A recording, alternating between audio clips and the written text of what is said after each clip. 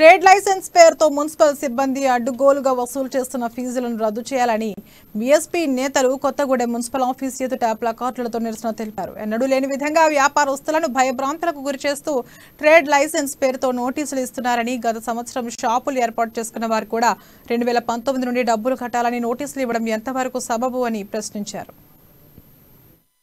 చేస్తున్న దోపిడీని అరికట్టాలి.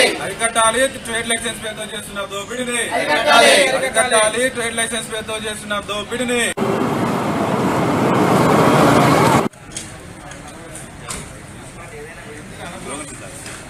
అరికట్టాలి. ట్రేడ్ లైసెన్స్ ఫీజులు వెంటనే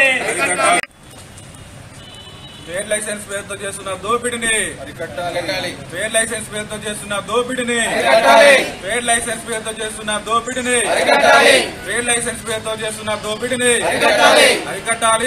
బహుజన్ సమాజ్ పార్టీ ఆధ్వర్యంలో రోజున కొత్తగూడెం మున్సిపల్ అధికారులు ఏదైతే వ్యాపారస్తులను ట్రేడ్ లైసెన్స్ పేరుతో వేధిస్తున్న దానికి నిరసనగా ప్లకార్డ్స్ తో నిరసన కార్యక్రమం చేపట్టడం జరుగుతుంది. ఈ సందర్భంగా నేను ఒకటే డిమాండ్ చేస్తున్నా, ఏదైతే మనం కొత్తగూడెం మున్సిపల్ పరిధిలో చూసుకుంటే మేము కోట్ల రూపాయల నిధులు తీసుకొచ్చి మున్సిపాలిటీని డెవలప్మెంట్ చేస్తామని చెప్పి ఒక పక్క చెప్తూనే వ్యాపారస్తులు చిరు వ్యాపారుల మీద కూడా పడి ఏదైతే ట్రేడ్ లైసెన్స్ ఉంది డబ్బులు కట్టాలని చెప్పి వేలకు వేలు నోటీసులు ఇచ్చి ఖచ్చితంగా కట్టాల్సిందే అని చెప్పి హుకుం జారీ చేసే చర్యలు ఏవైతున్నాయో వాటిని వెంటనే ఉపసంహరించుకోవాలి. మనం చూసుకున్నట్టయితే లక్షలు